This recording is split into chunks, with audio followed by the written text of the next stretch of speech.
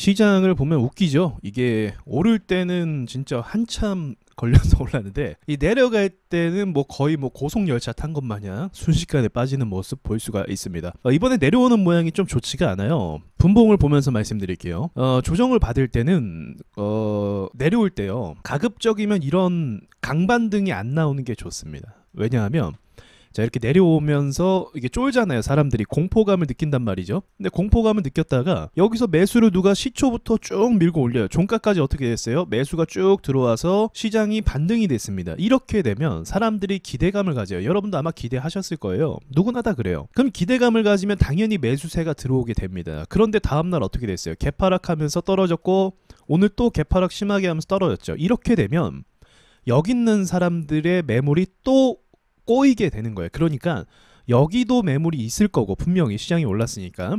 그리고 또 여기도 매물이 있을 거예요. 그리고 이 덩어리 큰 매물을 가지고 퉁퉁 떨어진 거죠. 그러면 어떻게 되겠습니까? 이제 여기 있는 사람들이 다시는 손실 구간으로 바뀌었기 때문에 여기 있는 사람들의 매물도 또 소화해주면서 큰 돈이 들어와야만 합니다. 돈의 규모가 여기 뚫는 것보다 여기 뚫기 때문에 더 많이 들어와야 돼요. 그래서 좋은 하락은 아니에요. 그리고 오늘 상승하는 섹터 종목들을 보자고 하면 뭐 경기를 방어하는 그런 종목보다 경기가 위기가 닥쳤을 때 오르는 지금 그거죠. 농업 쪽, 사료주 이런 식료품 관련된 종목들이 오르고 있어요. 좋은 소식이 아닙니다. 그래서 아직까지 시장에 호재가 어떻게 됐다? 없다라고 볼 수 있어요. 이거 반등 좋지만 이때 호재 몰고 올라온 게 아니라 미국장 따라서 천천히 올라왔다라고 볼 수 있죠. 그리고 지금 시점에서 사실은 호재를 터뜨리면서 올라가면 좋은 건데 그게 실패했고 오히려 또 금리 인상 어쩌고저쩌고 제가 저번에 그 말씀 드렸죠. 항상 저항이나 지지 부근에서는 뭐가 생긴다? 악재가 거의 많이 생깁니다. 근데 악재가 생기지 않고 이게 오히려 호재로 가면 어떻게 된다? 그땐 뚫는 거다라고 말씀드렸는데 어떻게 됐어요? 호재는커녕 악재 이야기하면서 또 뭐 금리 인상 어쩌고저쩌고 하면서 또 떨어졌죠. 그러니까 이게 세력들 시나리오라고 보시면 돼요. 의도적으로 차트를 올려서 여기서 매수를 하게끔 만들어요. 매수를 유도를 합니다. 매수 유도한 다음에 어떻게 해요? 악재 터트려서 공포감을 주고 또 털어내는 거예요. 또 손실을 준다는 거죠. 얘네는 항상 이걸 반복하기 때문에 제가 속지 말라라고 계속 말씀드렸던 겁니다. 자, 그러나 이제 다행스러운 부분을 하나 말씀드리자고 하면 그래도 최근 시장이 좀 상승이 가파르긴 했었잖아요. 자, 여기서부터 여기까지 코스피인데요. 이게 10% 정도 반등을 했습니다. 그러면 시장에서 차트에서 가장 안 좋은 게 뭐냐면 신저가입니다. 신처가가 아니고 저가인데 죄송합니다. 자, 신저가를 시장은 제일 싫어해요. 왜냐하면 신고가는 어떤 느낌이에요? 야, 이 회사가 어디까지 성장할까? 그런 기대감과 상상력을 막 자극시켜 주는 거예요. 신저가는 어떻습니까?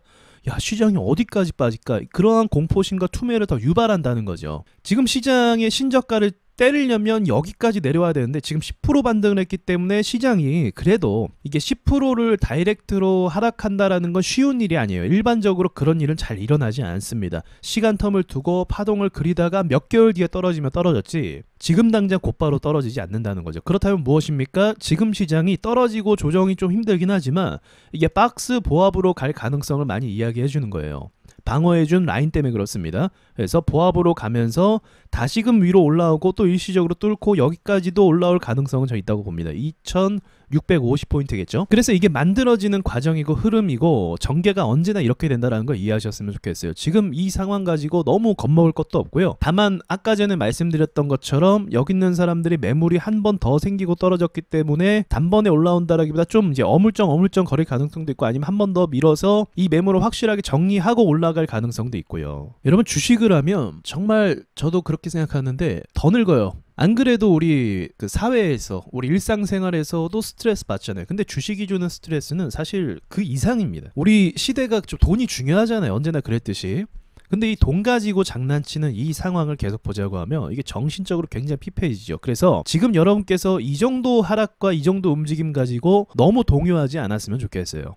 정신건강을 위해서 태연하게 이번 하락을 좀 넘기셨으면 좋겠고 그 전에 계속 강조드리고 말씀드렸듯이 아직은 명확한 호재가 있는 게 아니기 때문에 호재가 시장의 호재라는 건 뭐냐면 이제 시장 괜찮다라고 언론에서 막 부추기고 이야기할 때를 얘기해요. 그럴 때가 나오는 거 아니면 굳이 공격적으로 매수할 필요는 없습니다. 그래서 현금 비중을 늘리시라고 그 전에 말씀을 계속 드리는데 이 이야기는 계속 변치 않고 있습니다. 자, 이 코스피도 역시 보시면 여기 저항에서 결국 이렇게 맞고 떨어진 거고요. 그리고 코스닥도 보시면 여기 저항 계속 말씀드렸죠. 그래서 저항 도달했으니까 주의하시라라고 말씀드렸죠. 여기도 마찬가지입니다. 그래서 이게 차트의 분석대로 어느 정도는 움직이고 있다.